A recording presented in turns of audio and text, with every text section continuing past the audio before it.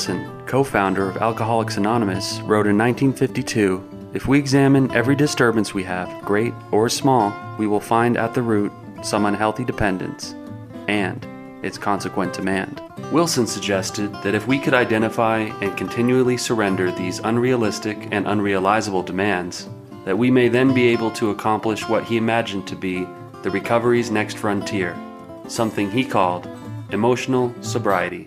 Flash forward 70 years and join psychotherapists and best-selling authors Tom Rutledge and Dr. Alan Berger, who have taken up the mantle of exploring Bill Wilson's new frontier. Welcome to Emotional Sobriety.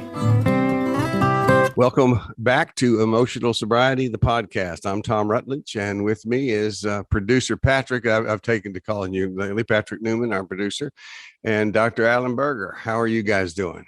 Well, it's good to see you, Tom. I'm just getting back from a little short jaunt up into the Poconos, first time at a little place called Woodlock Lodge, a big family resort up there. And we wanted to check it out. We've heard so many good things about it. So we're just coming back from that. And the way I would describe it, it was like being on a cruise ship on land. Wow. I want to talk to you about that later because one of the things that we had talked about, because we have some other friends that are up in Pennsylvania, as you know, and we had thought about going to see them a couple of years ago for the COVID thing. I was looking at stuff online about the Poconos and thinking this would be we usually go out and ride horses in the West, but I thought there are places up there we could go. That's right. And so I may pick your brain about that later. That sounds great. Place to go, man. And I'll tell you, it was the show they had last night was called Journey Around the Island. No, Adventure to the Islands or something like that. And you think they're talking about like going to Hawaii and stuff like that. But it was Long Island, Manhattan Island. I mean, so. Oh, wow. The British Isles. I mean, so what you would normally think about, I mean, they did a Hawaii thing, but it was, I'll tell you, man, there's a different entertainment out here on the East Coast. It's not the Hollywood, everything's got to be perfect production. It's like, let's do the best we can and have a good time.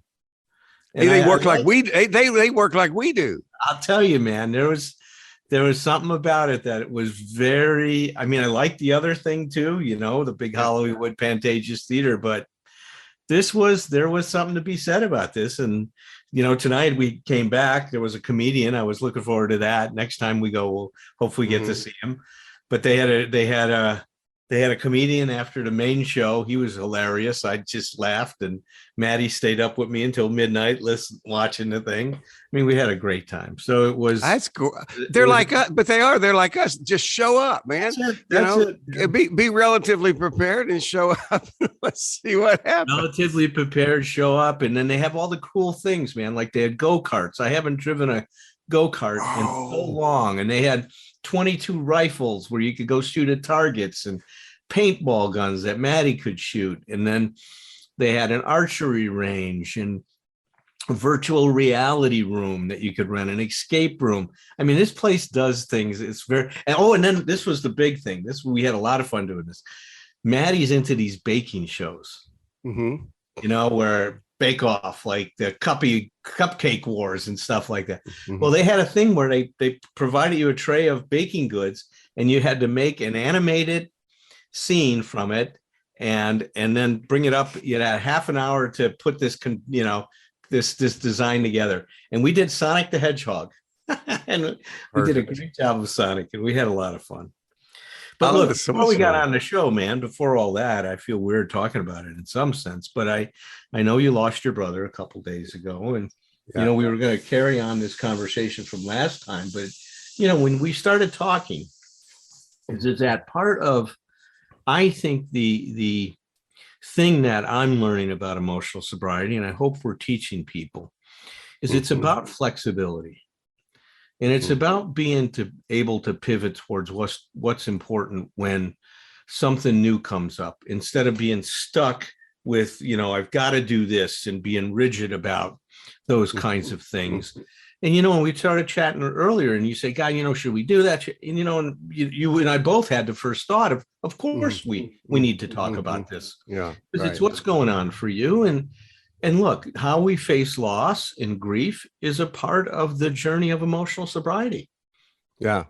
No, and what I said too was that that's the thing to do with and I'll make it, and I will, if we talk about this, I'll make it clear that this is I do not come from a very close family, so this is not so I would just ask everybody listening not actually just to suspend your assumptions about what my loss may be like your loss, because I think everybody's is different.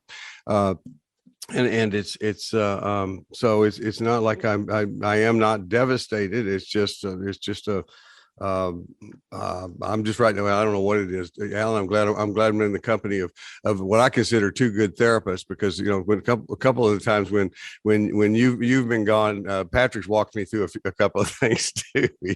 He's pretty natural. I think he might get a little bit from you, but feeling good hands. It's a strange experience. That's for sure. And I knew my brother was having some health problems for sure, pretty tough ones, but I didn't know I didn't have any idea that he was close to death. And so I got a call from my sister and my niece, his daughter, that yesterday morning, saying he had fallen asleep. And let's see what you can see. You can see the defenses in me come up right away. I think I woke up dead. I'm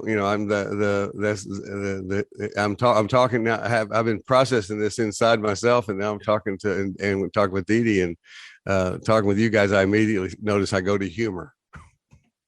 Yeah. You've walked me through some important stuff too, Tom. And good. I'm going to ask a very Dr. Bergery question. What came up for you when that happened? Wow, a lot. It's what I would say is I'm feeling it in my chest. It's and I felt this. I mean, I never have been sure exactly what depersonalized feels as dissociation goes, but I really tough night's sleep last night, and woke up just feeling almost lightheaded and just kind of cut off from feelings in some degree. And it's like the experience. So that without going on just babbling, I think I'm feeling it more physically and just kind of in almost a disoriented kind of fashion, but sort of how I'm talking right now, I think, is, I guess that's kind of what makes sense to me. Is I'll let you guys be in charge today of having completed sentences. I'll just speak in phrases. That sounds good. Well, listen, of course, man. Listen, it has a lot of meaning for you, and this stuff, and that's what happens with this stuff, right? Is that the meaning that we give to these experiences are powerful. Can you share with us your relationship with him? Like, what was it like with you and your brother? Well, he's 5 years older than me. I come from a family of 5 kids. We have four guys and 1 girl, who is the oldest, and so he's 5 years older than me. So I grew up looking up to him. I mean, he was, the ways that I would get him in trouble is I used to lie when he would try to get away from me, go be with his friends without me. I learned the power of lying, so I could go to my mom and say, Mike hit me, and she would, wherever he was, she would call him. She would call him and make him come home, and then he would say, but no, and she would say, don't backtalk me. It's like, and so he was in more trouble for just basically trying to tell her the truth, and so he would get in trouble, and I don't know what I got out of that, but I also remember memories that are popping through my head is I remember kid in our neighborhood named Dickie Standifer that was like between his age and my age. He had given me a really hard time, and he didn't beat me up or anything, but he'd given me a really hard time one day, and my brother found out about it and went out and and jumped on Dickie and just started beating on him. Oh, wow. I remember that. And this was neighborhood. This is the neighborhood we lived in. Dickie's back late. The next scene in that memory is Dickie's back over at the house, showing all of us, including Mike, the bumps on his head. Look at everybody was feeling his head, doing Yeah. checking out the bumps on his head from where everybody was okay. But Hit on him, huh? yeah, but he took up for me, and and it's just a lot of memories from when we were little. And he would, he was the Bronco when we played rodeo. He would get us on his back, and we had to, we grew up in Texas, so we had to have rodeo, and he'd buck until he could throw us off. And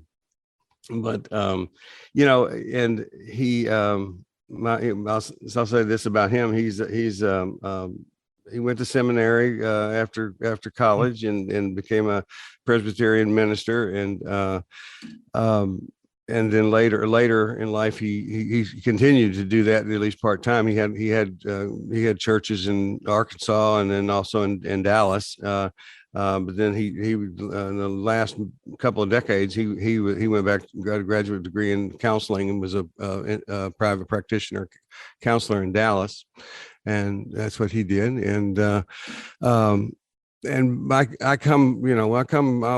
probably mentioned it on here before. I come from what I call the amazing disintegrating family. So we kind of were all over the place, but thanks to technology, Mike and I were back in touch for the last at least the last 3 years through texting. I one of the things this is the third person who has died recently for me that I look back, and because I stopped erasing these text threads, I have 2 years of text conversation between the two of us. I sent a message over to his daughter and son that if you guys want to see this, I'd love to share it with you. It's just, and some of it may be some of us, I noticed looking back, with some political comments that we were, frustrations that we were dealing with, but a lot of it is just sharing jokes that we like, and we would give each other pop tests on our childhood. Do you remember who did so and so and so and so? Most of the time we get it, but sometimes we go like, no idea. I have no idea. So, but we stayed in touch, and I knew that he was in and out of the hospital over the last ever since the beginning of this year, and the last message I had from him was a happy birthday thing. My birthday's in April, and it was a happy birthday thing. And then right after that, it was him getting out of rehab and getting to go home, and he was very happy to get to go home. And apparently, he didn't make it much farther than that. So he went into counseling too, huh? Yeah. Oh yeah. He was definitely. I definitely followed his. I went to college where he went to college. He went to a place called Austin College. It's a Presbyterian little school, thousand students in just north of Dallas in Sherman, Texas.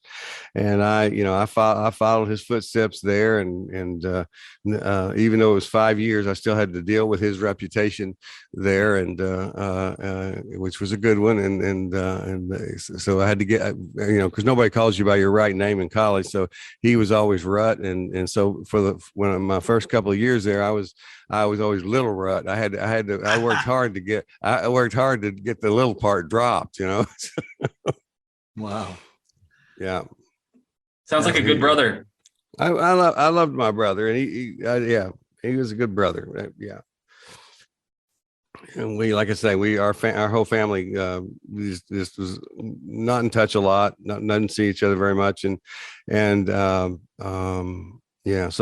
it's, I guess, that's one of the things about it is that what I'm happy about, I guess, that's kind of a weird word to use, but what I'm feeling good about when I think about what we do with emotional sobriety is I think in years past, I would have, I'm just a guess, but I would have imagined myself either doing what I grew up learning to do, which was feel guilty about not having more contact or not having done this or that, or been close to his kids or stuff like that. And that hasn't been an issue. Or the other thing I would do is I would probably just not feel anything. I would just, I would just use it, and it would be fairly easy to do, to say, not much of a relationship really, so it's not that big a big a deal. And this isn't by choice. This is just me paying attention. I'm not doing either one. I would credit some of the work that the three of us in our little, the therapeutic nature of our Sunday gathering here, and what we're doing on Thursday night and working on the emotional sobriety stuff. It's, I just feel like I'm just in the present. Yeah. I mean, it's just, so much so that I got a guy on my committee right now going like Tiny Tom, this is not a very good story you're telling. It's kind of boring. There's not much to it. And they're like, well, I don't. There's quite a bit to it. I think. Well, see, I need to leave that to you guys. Yeah. No, it's interesting though, because look, it just shows though what it's confirming what you're saying, Tom. It's very congruent. Is that something happened in your family and you guys really did get separated. I mean, that togetherness, we talk about separateness and togetherness. Separateness was really somehow pushed forward in your family, right? Became a theme. Right. Whereas the other side of the togetherness is something that hasn't been as strong. And you've shared that with me. I mean, look, you've been a solo guy most of your life. I mean, our relationship is one of those different relationships. Is unique. Yep. Is unique for you. And so to me, it's all consistent. And so, it's like your grief happens in the context of that relationship. But you don't feel that I wish we would have had more, do you? That's not a part of this. See, that's because that separateness was so strong. See, you didn't get that other side of that. There, you should be more together. You see, there wasn't a should like that. Right. I mean, first of all, you may have put one on yourself later on, but right. Well, and bottom line is that, as you know, with my, we talk about my should monster all the time. It's like, I've done a lot of work on myself in terms of understanding, doing that intrapersonal differentiation between me and those shoulds. It's like those, I can be aware of the messages, and it can these days, and it really can feel more like it comes from across the room, and that, that's not me. I'm aware of it, just and I think it's analogous to alcoholism recovery. It's like, it's like I can be aware of those of us who are alcoholics. One of the things I think that's a good thing that reminds us that we're alcoholics is we have certain thoughts that other people just don't have. Yep. And sometimes they're just about innocuous little things. It's like if I see somebody have a drink and they don't finish their drink, I'm exactly what Patrick's facial expression just did, which is what? Don't understand it. Yeah, you go like but it's not even just understanding. It's like, it's really perplexing to me. It's like oh, wow. And so those are those are things where I go like, okay, well, that's just a reminder that alcoholism, is still there, and I'm gratefully in recovery. But the shoulds are the same way. It's like, I don't, and I tell people, you hear me say this to people, in our Thursday group. A lot. I tell people, you're not, our language tends to be, I want to get rid of that. I want to make that shut up, and go like, well, that's not going to happen, but you can change your relationship with it. But, you just brought up something though, that at the risk of just going ahead and popping in as your client here for a moment, I remembered something when you said that about the separateness. And I appreciate you going to that place where it's like, okay, you went back farther than just our relationship, but what happened, in my family that set, and there's we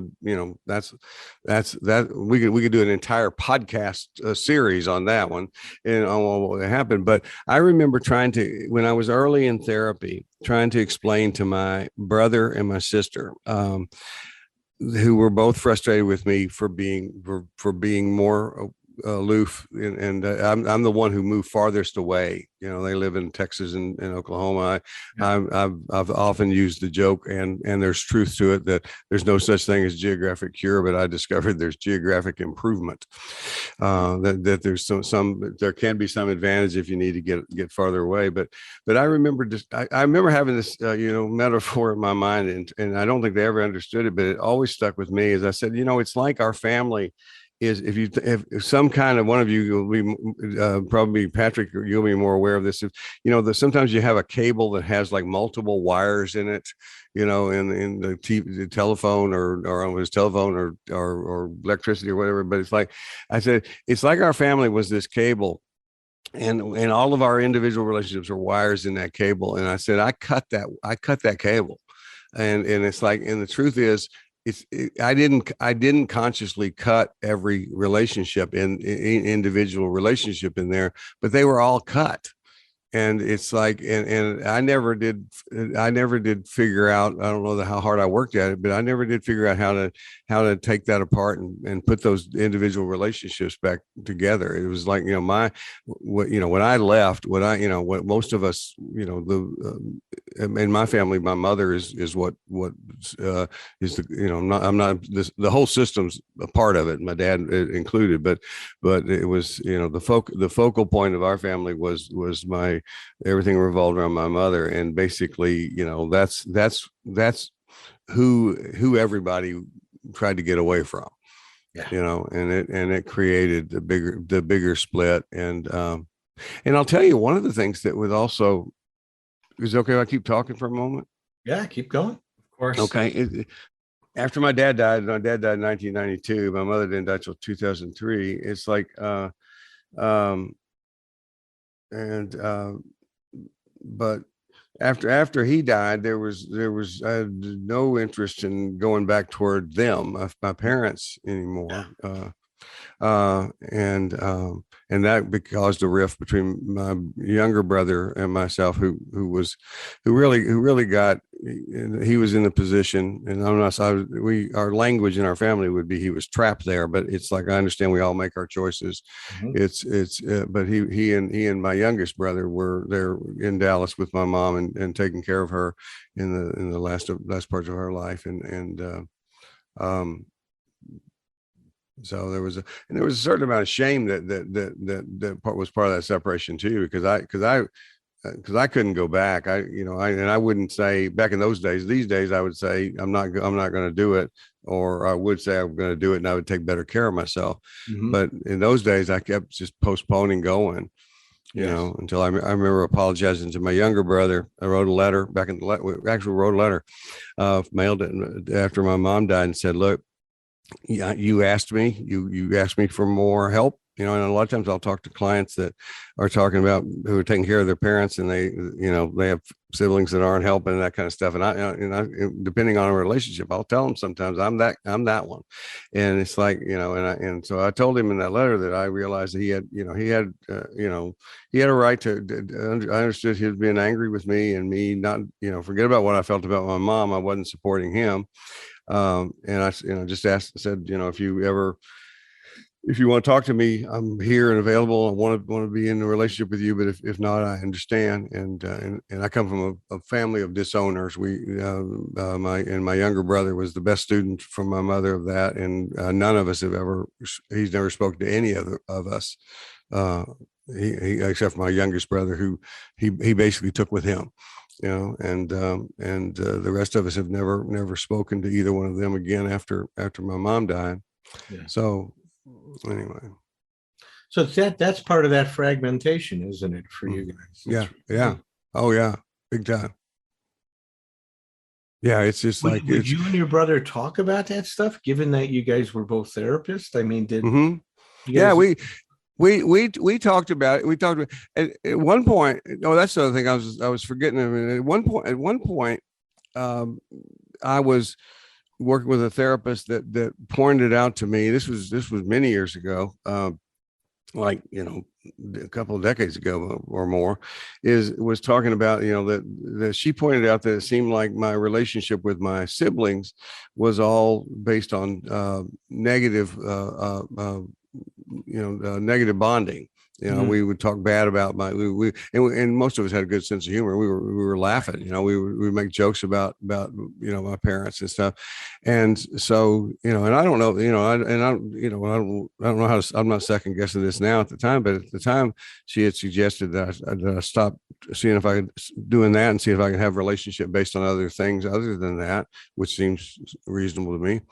But I think look with hindsight, once we stopped talking about them, I think we were so heavy, even from our childhood, because in our childhood, that's how we did. We talked about what was going on with them, and as we got older, we were not only survivors of the, and it wasn't horrible. It was just, we were, what was happening in our home was just unresolved trauma from both of my parents, and deep dark depression on my mom's part that got manifest as just a shitload of silent anger. And so, and we were, and my dad, the thing about, I remember going to a therapy, when we went to Bedford Combs's week-long codependency week program back in the 80s, and and we had everybody role play our different, we did all the family structures, the Virginia Satir stuff and the Sharon Cruz stuff, and we were doing all the family sculpting, and we had had my mom in there, and I was feeling all these horrible things and mad at her, but and I remember I had somebody role playing my dad over to the side, and I remember looking over him and just feeling full of rage. And I never been mad at my dad. My dad was the good, we loved him. He was the good guy. He was the guy. What a guy put up with such a terrible, horrible bitch. It's like, but I was so mad at him. And what I discovered during the process was what I had to say to him once Bedford helped me get over to sit with him. It was, you didn't help me. Yeah. That was my first experience, and I've seen that with clients along the way so much. It's like that parent who, and he didn't help me because he didn't know how to help me. He didn't know how to help himself, but it's like, it still was his job. He was still my dad, and he didn't, and you didn't teach me how to stand up. You didn't teach me how to do, how to, you didn't give me a role model for being a strong dude who could take care of himself. And, so, yeah. Sounds like a valuable workshop. I mean, man, it was amazing. Life-changing. Yeah. Absolutely. Yeah. You've been to those, Alan, those places you go in, you think you have an agenda, you think you know what you're going to work on, and then all of a sudden you're going, what the fuck? It's like, you find a place that's safe enough, and it happens in individual therapy too. You open up and you find what you find. Yeah. Well, and not to get off the point at all, but I love how you're creating those experiences for other people as well, with your workshops. Mm-hmm. Yeah. Yeah. You got to be in a short one the other day. I appreciate you being there. The test chimp. That's right. That's right. So hey, Patrick, come to this workshop. Let's see if I remember how to do workshops. I was going to ask, is your older brother, how was he at navigating all that stressful stuff? Well, okay. This is where I just have to own that all I have is this is just where I'm just a family member who has only my perspective. It's like, I would say, and if I'm being completely honest, I'm saying, I don't think he dealt with it anywhere close to what I have. I think I could be wrong, but I think he took a much more, sort of, at the risk of getting people pissed off at me, I kind of associate this some with his background in seminary and in his theology. I think he took more of a position of a righteous position of, he had it, he knew, he understood it and had it right, and that kind of stuff. I don't think he had I don't think he had nearly the amount of self-doubt and that stuff that he worked through. And maybe he just didn't have self-doubt. I don't know, but we didn't talk about that part much because about the recovery process, because I don't know that he was a part of that process. And I just feel obligated, because he's not here to speak for himself at this point, to say that I could be wrong about that. Maybe he's done, I know he'd been in therapy and stuff like that, but I don't know that I never really detected a lot of a lot of the same kinds of stuff he was doing with what I was doing. So we stayed pretty superficial about most of that. What I want people that are listening to you, Tom, first of all, I can hear this kind of, I don't know what I would describe it like. I hear the space, if you will, that you're describing in your family. I mean, it's so obvious as you talk about it. You guys had a lot of space between yourselves.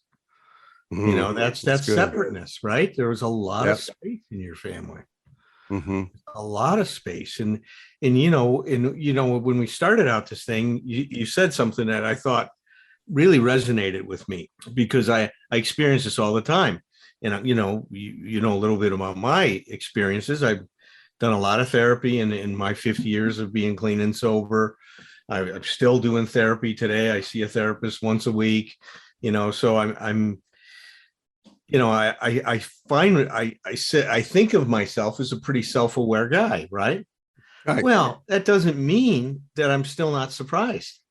Yeah. That there's still stuff that surfaces out of my unconscious, whatever you want to call it, outside my awareness, that comes into my awareness. And I go, oh, wow, look at that. It's kind of like when we got on today, you said, God, I'm kind of surprised that there's a more of an emotional experience. There's a more texture to this than I would have anticipated having. Yeah. See, absolutely. I think that, and I want people to hear that, is be open to whatever is happening. Don't hold on to some preconceived notion of what you're supposed to feel, what you think you're going to feel, what you anticipated yourself as feeling, because like you said, we don't know at times. You can't predict some of these things in terms of what's going to come up. And even with you, in the weeks to come, there's going to be more may be revealed for you. You might find yourself having some regret that starts to surface, or whatever, wherever this goes, it's going to go. And part of the important thing that I think, if you're listening to this and you're going through a loss, is being willing to follow where that takes you. Yeah.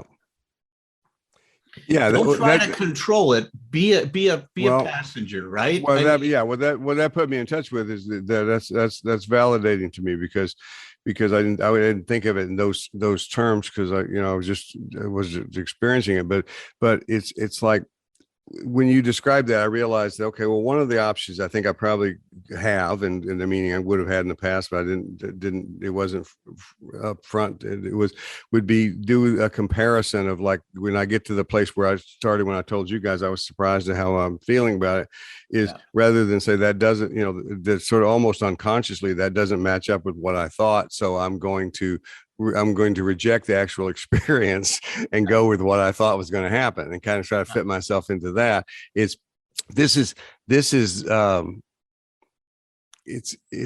more well, it does exactly what I'm doing right now. It takes me into places where I don't have the end of the sentences. It's right.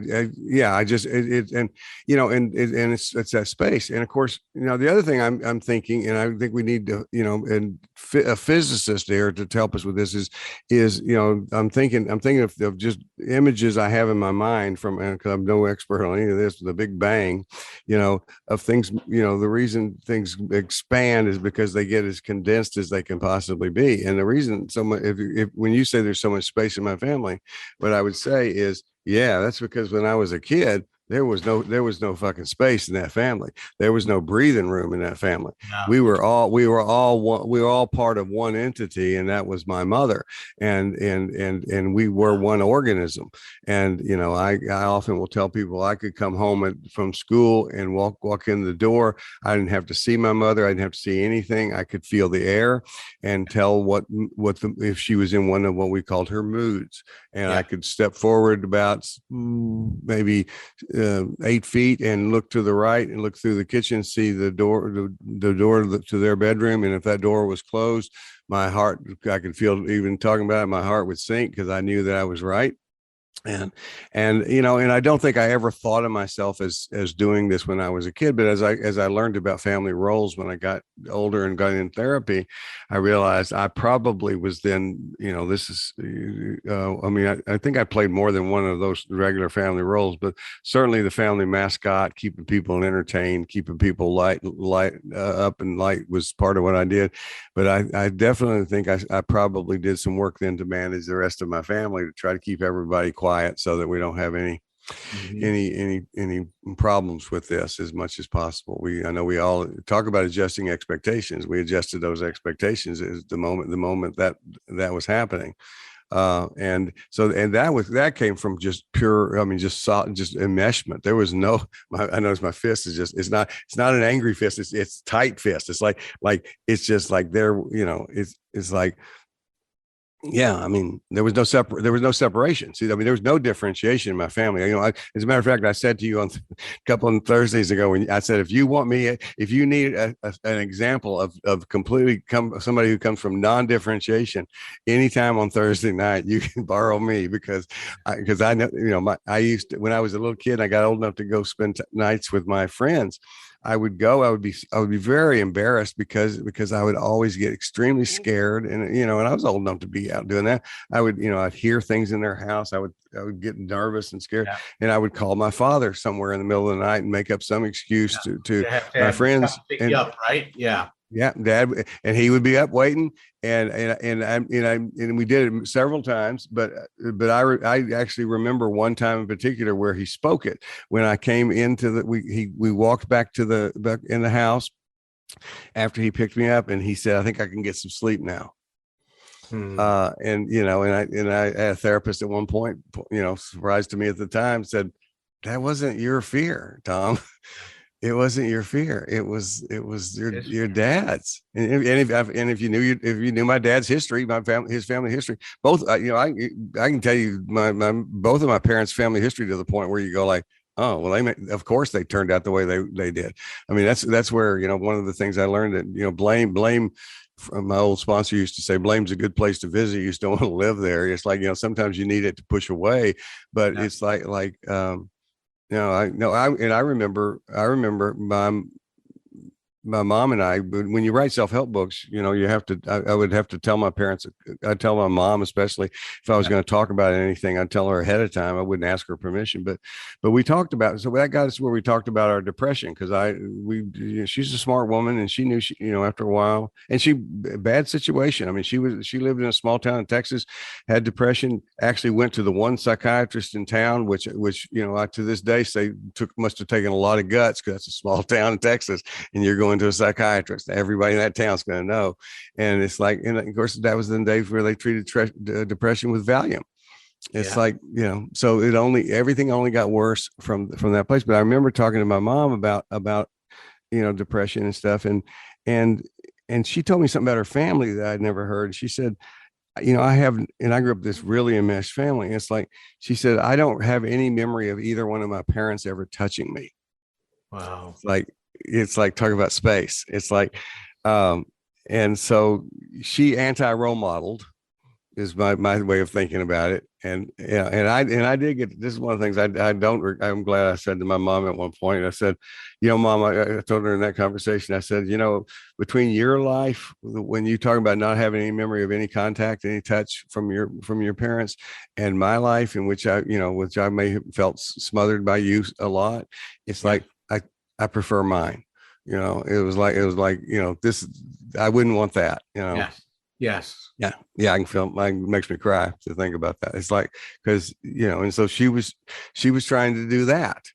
Yep. And I think that's what, I don't know. Maybe Patrick can set me straight on this, but some of this stuff I think I kind of associate with just, you get old enough and it's like you get this farther back panned out view, and you look at it and go like, it's easier for me to get to the place where it's just like every fucking body was struggling. Yeah. Well, I mean, I'm sure you don't feel nearly as far away from it as you thought you may have been right before this stuff came up, right? Right. That freaks me out when I think about my history and wanting to kind of, I don't know, put as much distance as possible between me and some of the uncomfortable stuff, but realizing that it's just dormant, I suppose. That's well said, Patrick. That Yeah. is Well said, it's very patient, Patrick. It'll wait.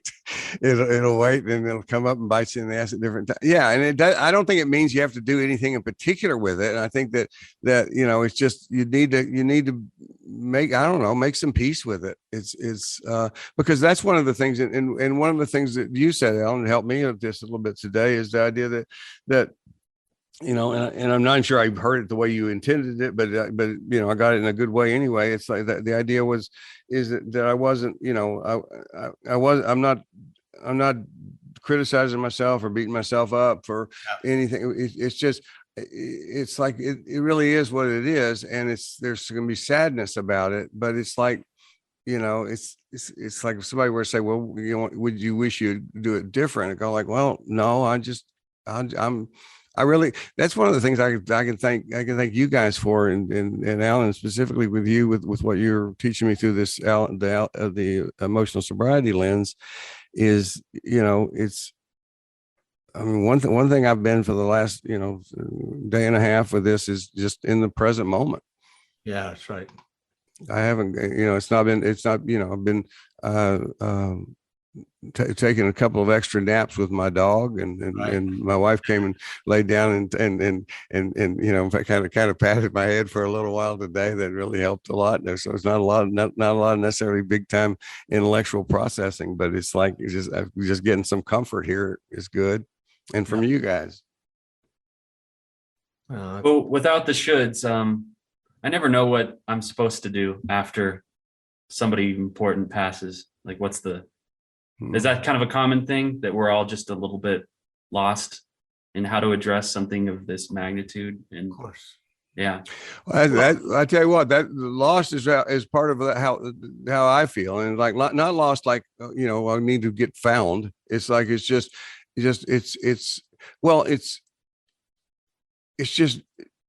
it's new territory. It's something it's like, and to me, I like what what you said, Alan, is even though we've been doing this long, doesn't mean we don't still get surprised. That's right. It's like, and where's that going to go? It's like,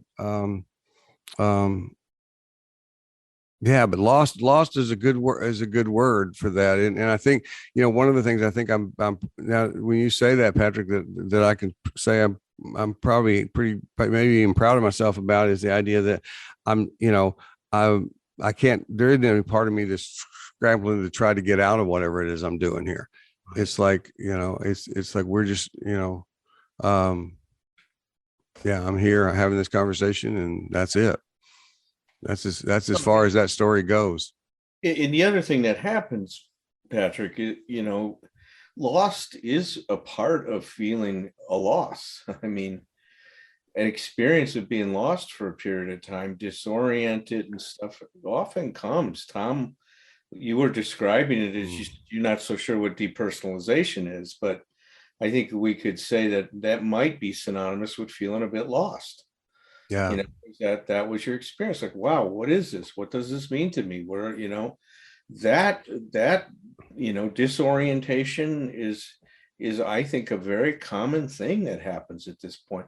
And then then existentially it starts to generate all these other kinds of things. Look, if this was a deli counter, your number's getting close to being called. I mean, yeah, right. Right.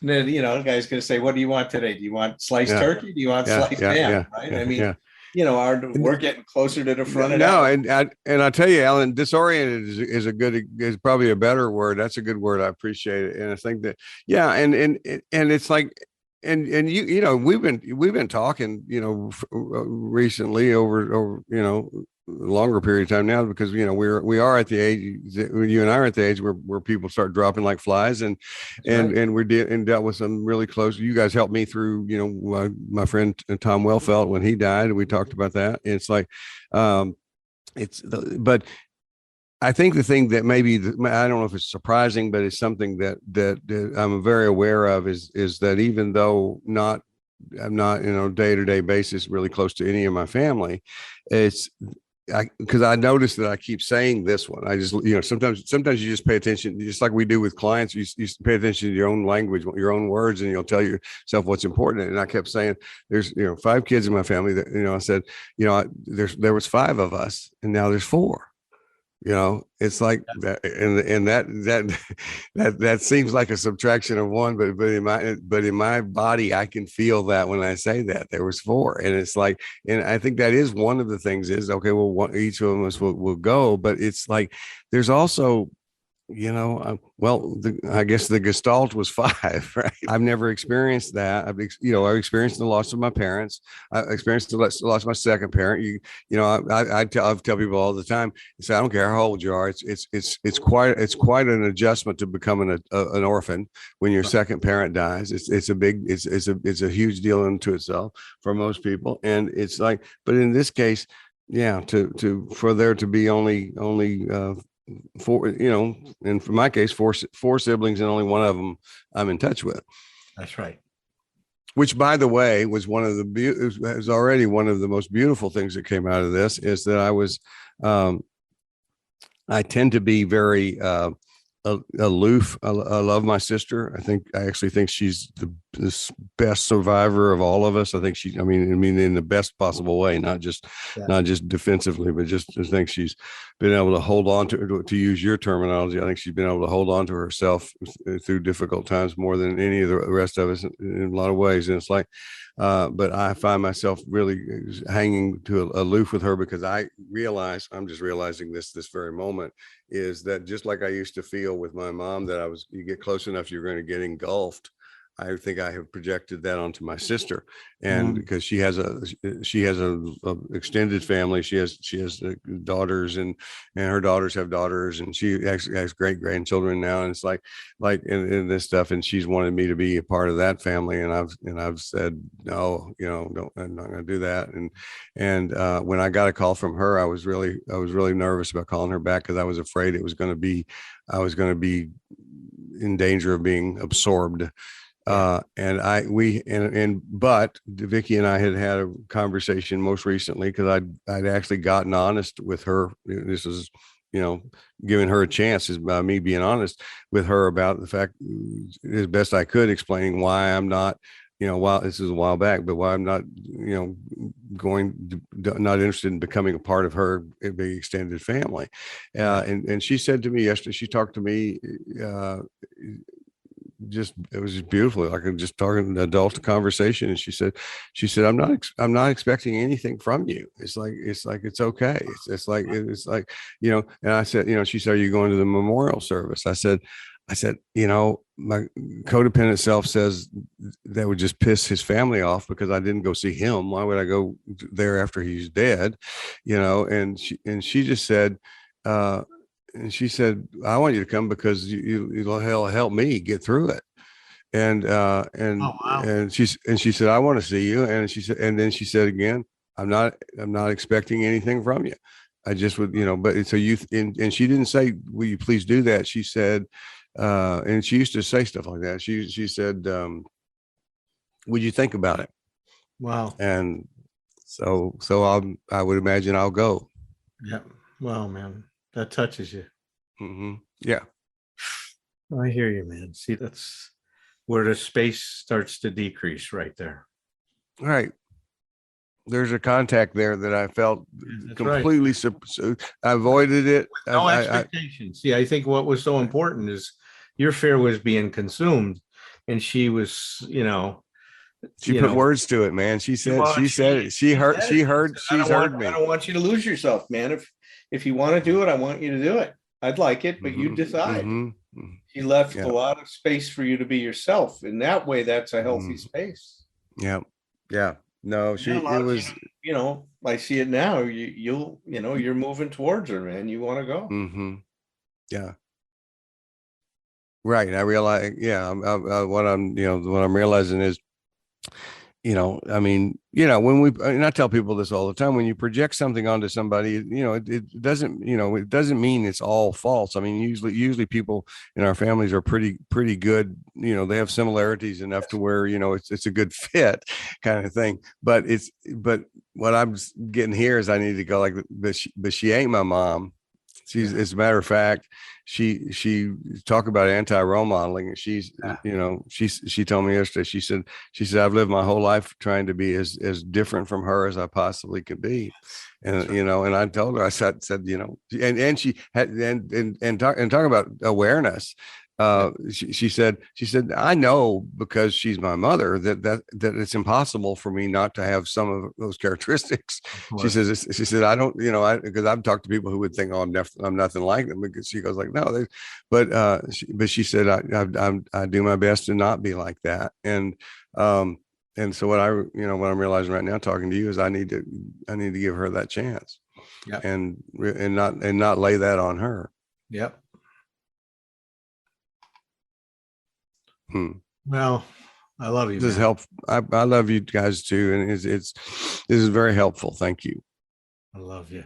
I have, usually when we do these things, I'm off. I do everything off the cuff, so I don't really generally at the end of one of these workshops, one of these podcasts, don't know what I've said either. But at this point, I have no idea. So I hope this has also been an exercise in just trusting the two of you, going like, I figure you would have redirected me or muted me at some point. It's not lost to me how much you do trust me and Patrick. I appreciate that a lot. You are very lovable, Tom.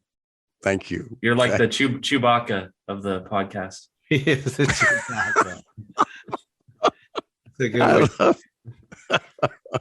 Also, just in terms of stupid, we got our own Chewbacca. I love it. Yeah, one of my favorites. I had to say this though too, that I think you would make Alan, you would make a great character in Mario Kart. Just imagining you at the track on the go-kart. Yeah. They should add that.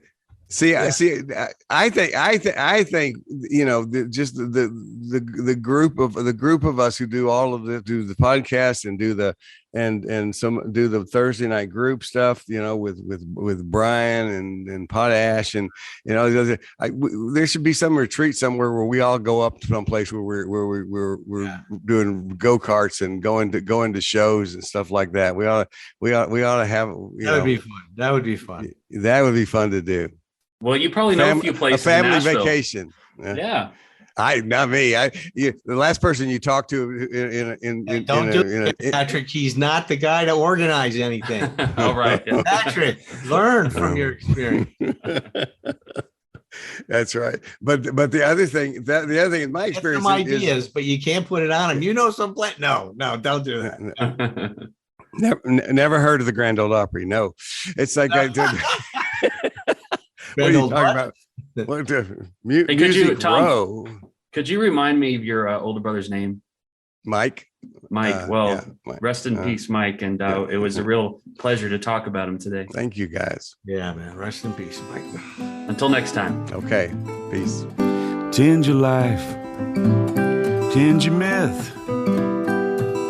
Cultivate your narrative with whomever you're with. Then with glass in hand and children on one knee, bring some stories, bring your stories back to me.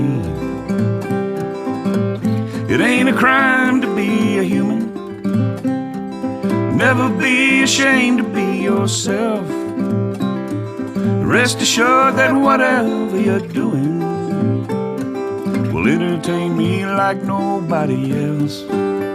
So here's to us, my old friends, until it's time to drink the wine and break the bread again. With glass in hand and children on one knee, bring some stories, bring your stories back to me.